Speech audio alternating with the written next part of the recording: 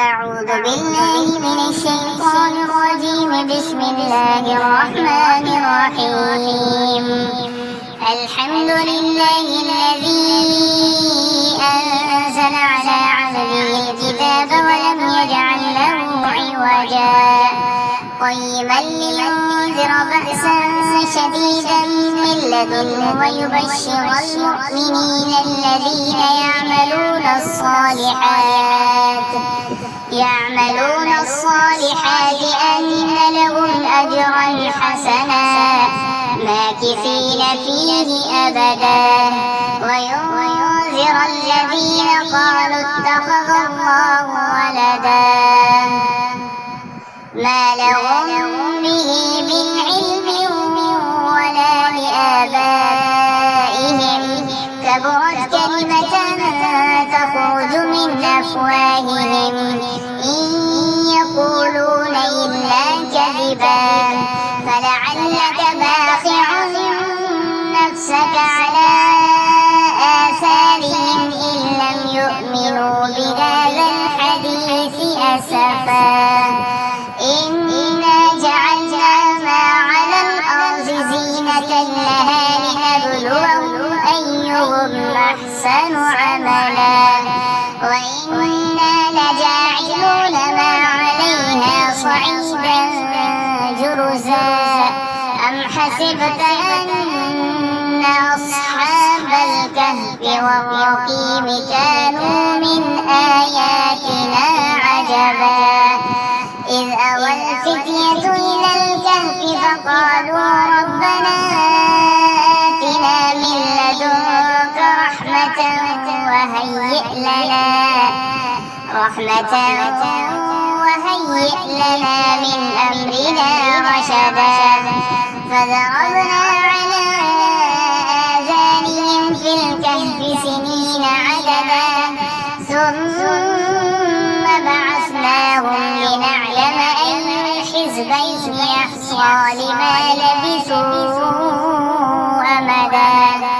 نحن نقص عليك نبأهم بالحق إنهم فتية آمنوا بربهم وزدناهم هدى وربطنا على قلوبهم إذ قاموا فقالوا ربنا رب السماوات والأرض لن ندعو من دونه إلها لقد قلنا إذا شططا هؤلاء قوم اتخذوا من دونه آلهة لولا يأتون عليهم بسلطان بين فمن أظلم ممن افترى على الله كذبا وإذ اعتزلتموهم وما يعبدون إلا الله فأووا إلى الكهف ينشر لكم ربكم من رحمته ويهيئ لكم من أمركم مرفقا وترى الشمس إذا طلعت تزاور عن كهفهم ذات اليمين وإذا غربت تقرضهم ذات الشمال وهم في فجوة منه ذلك من آيات الله من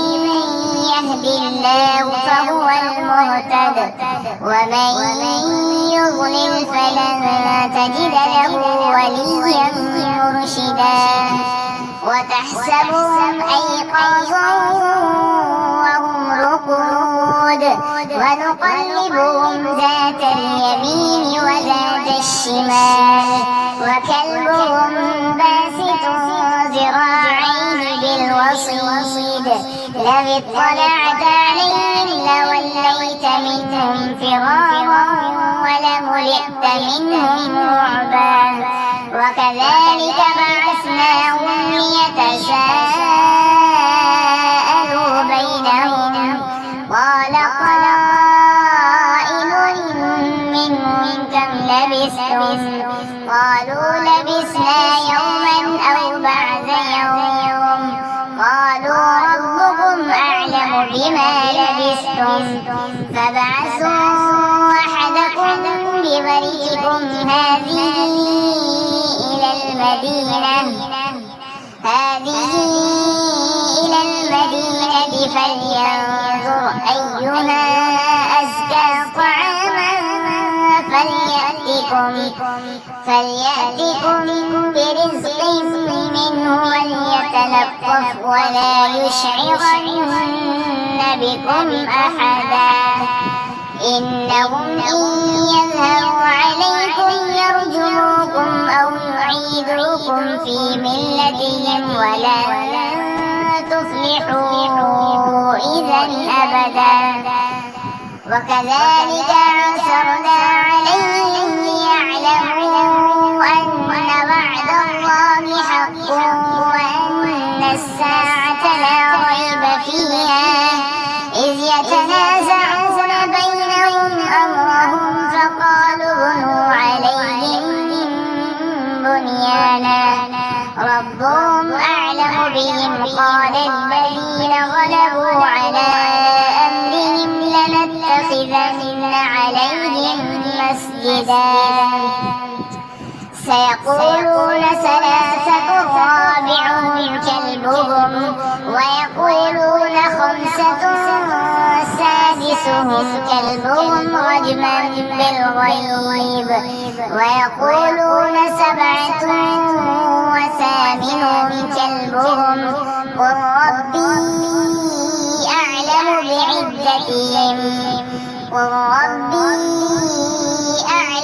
بعدتهم ما يعلمهم إلا قليل فلا تمار فيهم إلا مراء ظاهرا ولا تستفت فيهم منهم أحدا فلا تقولن لشيء إني فاعل ذلك غدا ولا تقولن لشيء إني فاعل ذلك غدا إلا أن يشاء الله واذكر ربك إذا نسيت وقل عسى أن يهديني ربي لأقرب من هذا رشدا ولبثوا في كهفهم 300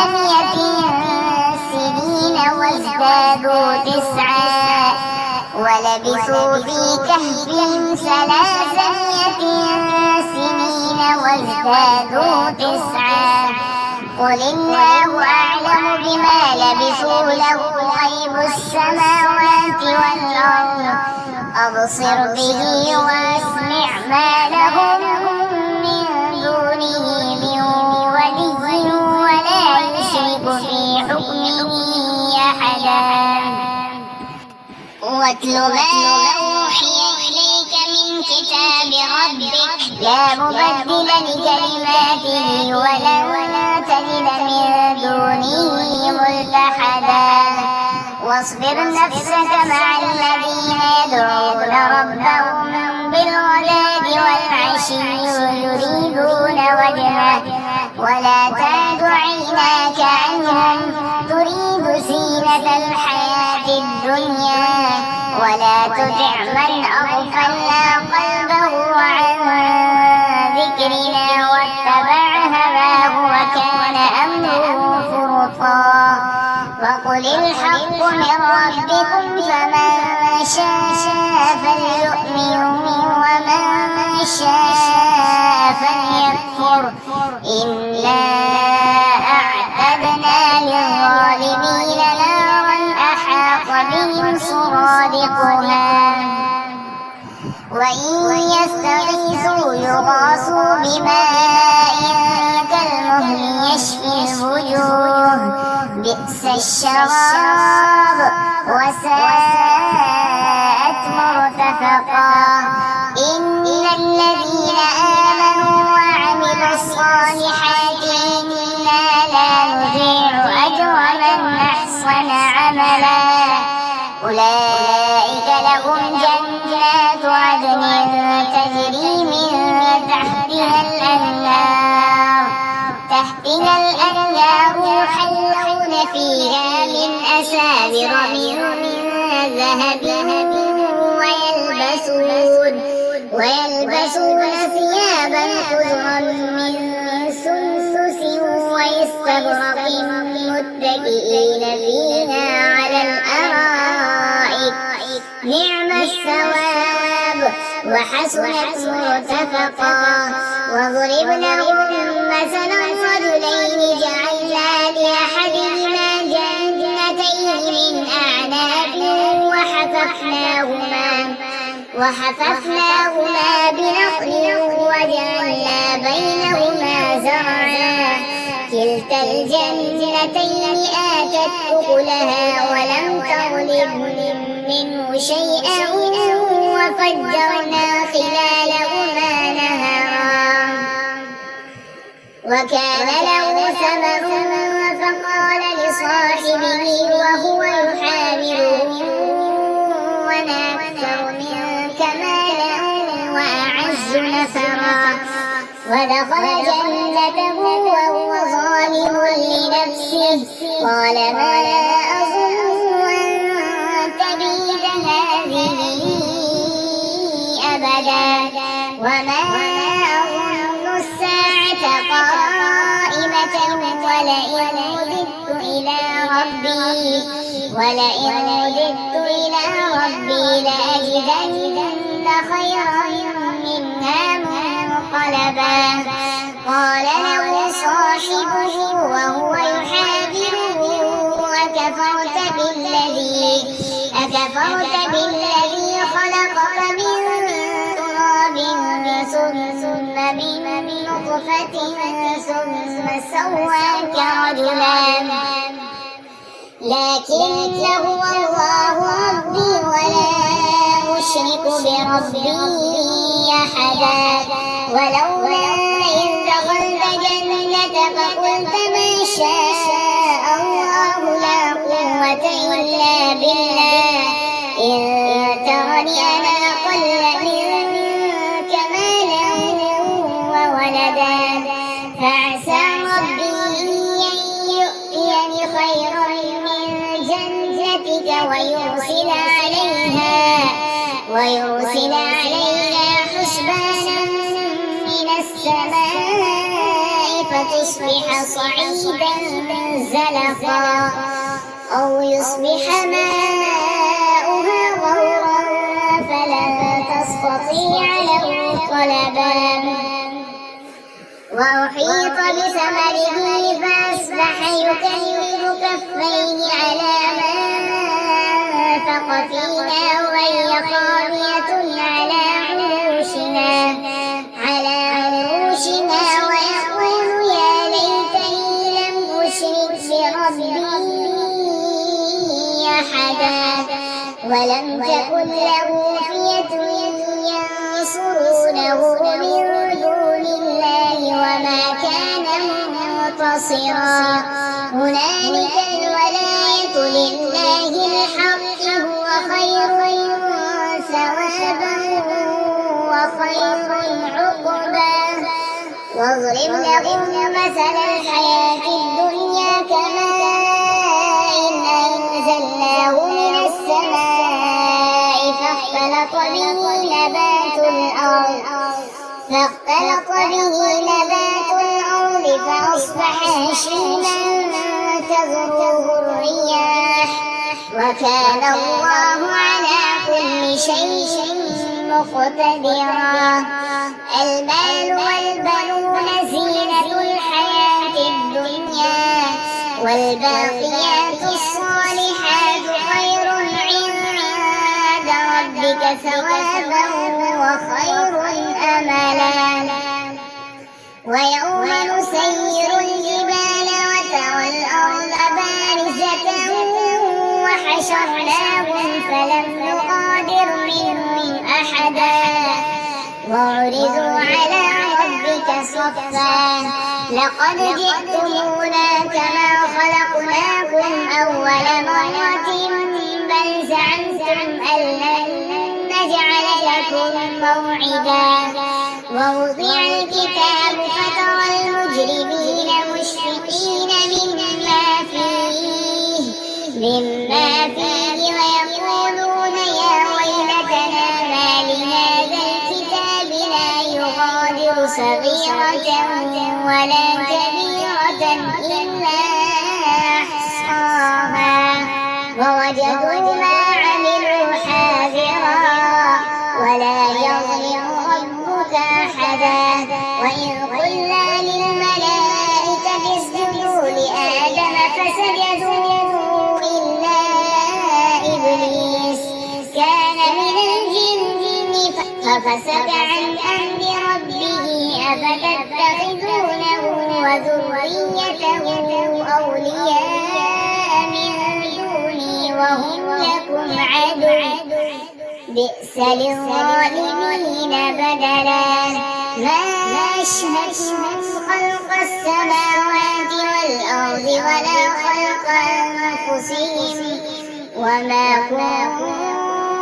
متخذ المضلين عضدا ويوم يقول نادوا شركائي الذين زعمتم فدعوهم فلم يستجيبوا لهم وجعلنا بينهم موبقا ورأى المجرمون النار فظنوا أنهم واقعوها ولم يجدوا عنها مصرفا ولقد صرفنا في هذا القرآن للناس من كل مثل وكان الإنسان أكثر شيء جدلا وما منع الناس أن يؤمنوا إذ جاءهم الهدى ويستغفروا ربهم إلا أن تأتيهم سنة الأولين أو يأتيهم العذاب قبلا وما نرسل المرسلين إلا مبشرين ومنذرين ويجادل الذين كفروا بالباطل ليدحضوا به الحق واتخذوا آياتي وما أنذروا هزوا ومن أظلم ممن ذكر بآيات ربه فأعرض عنها ونسي ما قدمت يداه إنا جعلنا على قلوبهم أكنة أن يفقهوا وفي آذانهم وقرا وإن تدعهم إلى الهدى فلن يهتدوا إذا أبدا وربك الغفور ذو الرحمة لو يؤاخذهم بما كسبوا لعجل لهم العذاب بل لهم موعد لن يجدوا من دونه موئلا وتلك القرى أهلكناهم لما ظلموا وجعلنا لمهلكهم موعدا وإذ قال موسى لفتاه لا أبرح حتى أبلغ مجمع البحرين أو أمضي حقبا فلما بلغ مجمع بينهما نسي حوتهما فاتخذ سبيله في البحر سربا فلما جاوزا قال لفتاه آتنا غداءنا لقد لقينا من سفرنا هذا نصبا قال أرأيت إذ أوينا إلى الصخرة فإني نسيت الحوت وما أنسانيه إلا الشيطان أن أذكره واتخذ سبيله في البحر عجبا قال ذلك ما كنا نبغي فارتدا على آثارهما قصصا فوجدا عبدا من عبادنا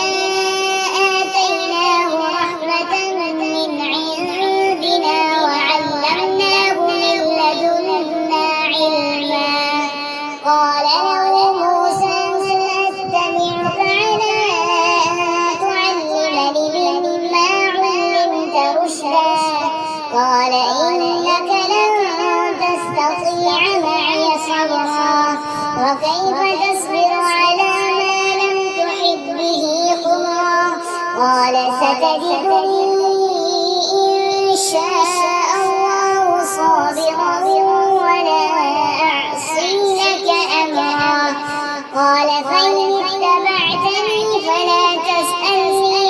عن شيء حتى أحدث لك منه ذكرا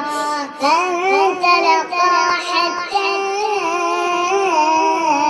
إذا ركبا في السفينة خرقها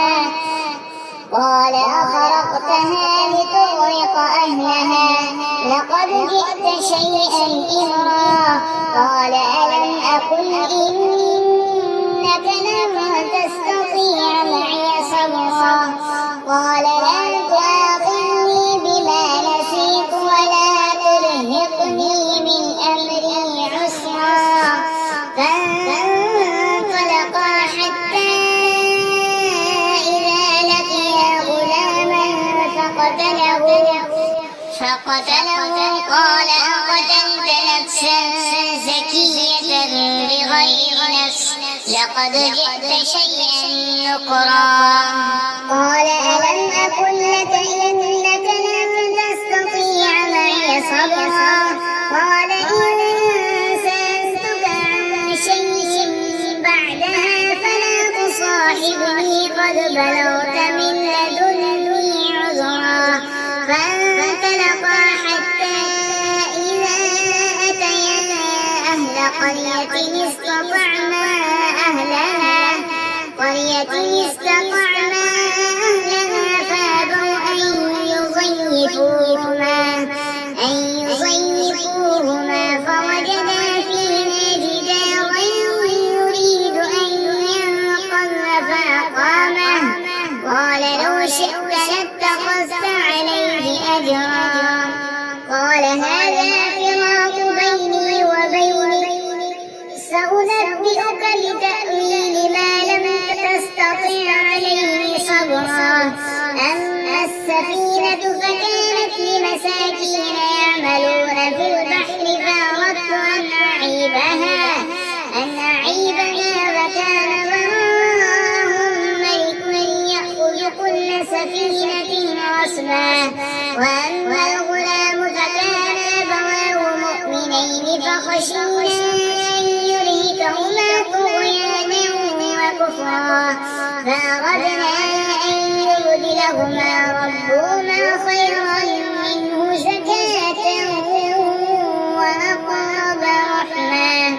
وأما الجدار فكان لغلامين يتيمين في المدينة وكان تحته كنز لهما وكان أبوهما صالحا فأراد ربك أن يبلغا أشدهما ويستخرجا كنزهما رحمة من ربك وما فعلته عن أمري ذلك تأويل ما لم تستطع عليه صبرا ويسألونك عن ذي القرنين قل سأتلو عليكم منه ذكرا إنا مكنا له في الأرض وآتيناه من كل شيء سببا فأتبع سببا حتى إذا بلغ مغرب الشمس وجدها تغرب في عين حمئة ووجد عندها قوما قلنا يا ذا القرنين إما أن تعذب وإما أن تتخذ فيهم حسنا قال أما من ظلم فسوف نعذبه ثم يرد إلى ربه فيعذبه عذابا نكرا وأما من آمن وعمل صالحا فله جزاء الحسنى وسنقول له من أمرنا يسرا ثم أتبع سببا حتى إذا بلغ مطلع الشمس وجدها تطلع على قوم لم نجعل لهم من دونها سترا كذلك وقد أحطنا بما لديه خبرا ثم أتبع سببا حتى إذا بين السدين وجد من دونهما قوما لا يكادون يفقهون قولا قالوا يا ذا القرنين إن يأجوج ومأجوج مفسدون في الأرض فهل نجعل لك خرجا على تجعل بيننا وبينهم سدا قال ما مكنني فيه ربي خير فأعينوني بقوة أجعل بينكم وبينهم ردما آتوني زبر الحديد حتى إذا ساوى بين السدفين قال انفخوا حتى إذا جعله نارا قال آتوني يفرغ عليه كبرا فما استطاعوا أن يظهروه وما استطاعوا له نقبا قال هذا رحمة من ربي فإذا جاء وعد ربي جعله دكا وكان وعد ربي حقا وتركنا بعضهم يومئذ يموج في بعض ونفخ في الصور فجمعناهم جمعا وعرضنا جهنم يومئذ للكافرين عرضا الذين كانت أعينهم في غطاء عن ذكري وكانوا لا يستطيعون سمعا أفحسب الذين كفروا أن يتخذوا عبادي من أولياء إنا أعتدنا جهنم للكافرين نزلا قل هل ننبئكم بالأخسرين أعمالا الذين ضل سعيهم في الحياة الدنيا وهم يحسبون أنهم يحسنون صنعا أولئك الذين كفروا بآيات ربهم ولقائه فحبطت أعمالهم فلا نقيم لهم يوم القيامة وزنا ذلك جزاؤهم جهنم بما كفروا واتخذوا آياتي ورسلي هزوا إن الذين آمنوا وعملوا الصالحات كانت لهم جنات الفردوس نزلا خالدين فيها قل لو كان البحر مدادا لكلمات ربي لنفد البحر قبل أن تنفد كلمات ربي ولو جئنا بمثله مددا قل إنما أنا بشر مثلكم يوحى إلي أنما إلهكم إله واحد فمن كان يرجو لقاء ربه فليعمل عملا صالحا ولا يشرك به